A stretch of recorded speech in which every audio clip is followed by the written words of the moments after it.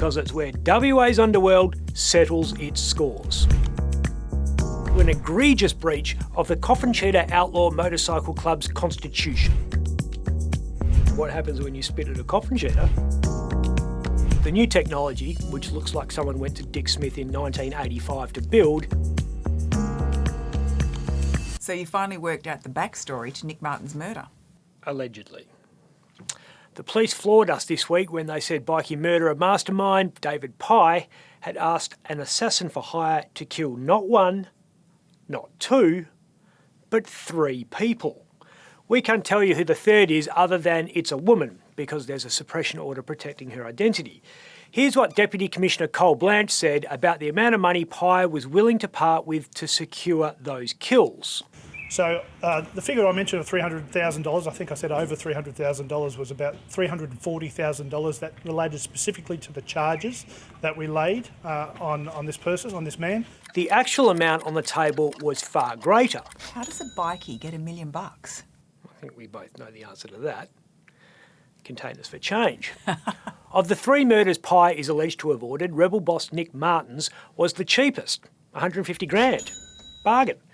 The life of Ray Cilli, the one-time Comanchero bikie who was briefly Pye's boss when he left Martin's gang, was worth 5 times that amount, more than $700,000. Why so much more? Cilli's living in Thailand, so the assassin would be charging a loading, I assume. Airfares for one, business class, because your aim will be off if you're jet-lagged. You got to pay the surcharge for extra luggage allowance. Any metallic items you're carrying, keys, loose change. Then there's accommodation, per diem for daily expenses. Are you okay with oil? Sure. It all adds up. Weirdly, at $300,000, the death of the woman we can't name was worth twice Martin's life. The court's going to be asked to believe that Martin was Pye's least hated enemy. $150,000 for a long-range sniper shot.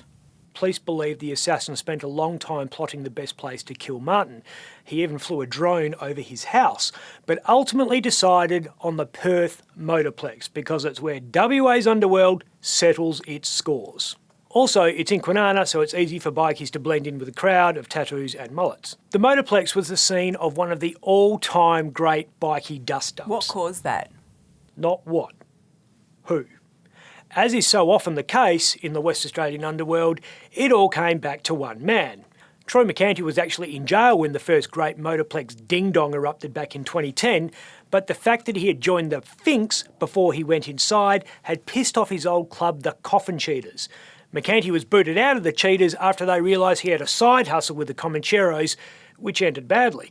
Comanchero boss Mick Howie was shot at, and the Coffin Cheaters clubhouse was firebombed. McCanty's actions amounted to an egregious breach of the Coffin Cheaters Outlaw Motorcycle Club's constitution. You're joking, right? A constitution. It's a thing. Ratified in 1971. Might have changed since then. I don't know if they require like a 2/3 majority to make amendments or what. What's in it? It requires the election of an executive chairman, vice executive chairman, and a security council. It enforces upon members a contractual obligation to take part in annual national and state runs. It bans them from having anything to do with smack or needles, and bars them from making statements to police or the media. Rule 8 is my personal favourite. It says, any member who f***s another member's cook, which is bikie code for wife or girlfriend, must let that member know as soon as possible of his actions or his colours are on the line. That's disturbing, almost as disturbing as you knowing all of this stuff. Yeah. Anyway, McCanty left the Cheaters in 2008 and joined the Finks. A couple of years later, while McCanty was here, a bunch of Finks were driving into the Motorplex when they saw a coffin cheater, and one of them spat at him out the car window. Oh, what happened then? What happens when you spit at a coffin cheater? I wouldn't try.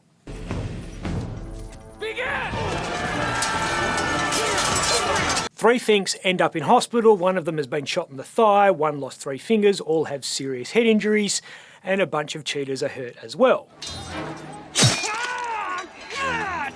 Oh, I did not see that coming! That's the last time we're talking about bikies for a while, by the way. Sure it is. Police have rolled out a new weapon to catch crooks. Civil libertarians are going to be up in arms over this. The new technology, which looks like someone went to Dick Smith in 1985 to build, is a camera on a cop car that can instantly recognise number plates and send the information back to the statewide command centre. Police Minister Paul Papalia held a press conference today to tell us, in effect, we will be creating a virtual ring of steel around the state. nothing makes us feel safer than a ring of steel. We need a ring of steel. Ring of steel. Ring of steel. Ring of steel. Number plate recognition software has been around for a long time, much like this announcement, which was originally made more than a year and a half ago. So the cops will always know where we are. Well, yeah, it's not hard to find me if I'm not here. I'm at Bunnings. I don't know about you. It's not Chris Dawson we need to be worried about. It's these guys. We forfeited our right to privacy a long time ago. How often have you bothered to tick the box that says data can't be on-sold to third parties? Most of us don't even know that box exists. Most of us don't realise if you're getting something for free, you're the product. We spend our lives voluntarily advertising exactly where we are in real time with non-stop selfies or pictures of the chicken and waffles we're about to eat. If it's not Siri listening to us... Yes, Siri, thank you, baby. It's Alexa. Alexa, set the mood. Now setting the mood. You're in the bush. The computers in our cars track not just where we have been, but how fast we were going on the way there, and what we listened to while we were driving. You can't walk in any modern city without being observed by a network of motion-activated security cameras. And it's not like it used to be when the one VHS tape recording us was wiped over every 2 weeks. The shit's out of the horse. Not like we can get it back in. The cops knowing your number plate as your car goes past them isn't the problem. It's the phone in your pocket, because that lets them triangulate your location just about anywhere. Jesus Christ, that's Jason Bourne. Even the Perth Motorplex. I'm Ben Harvey.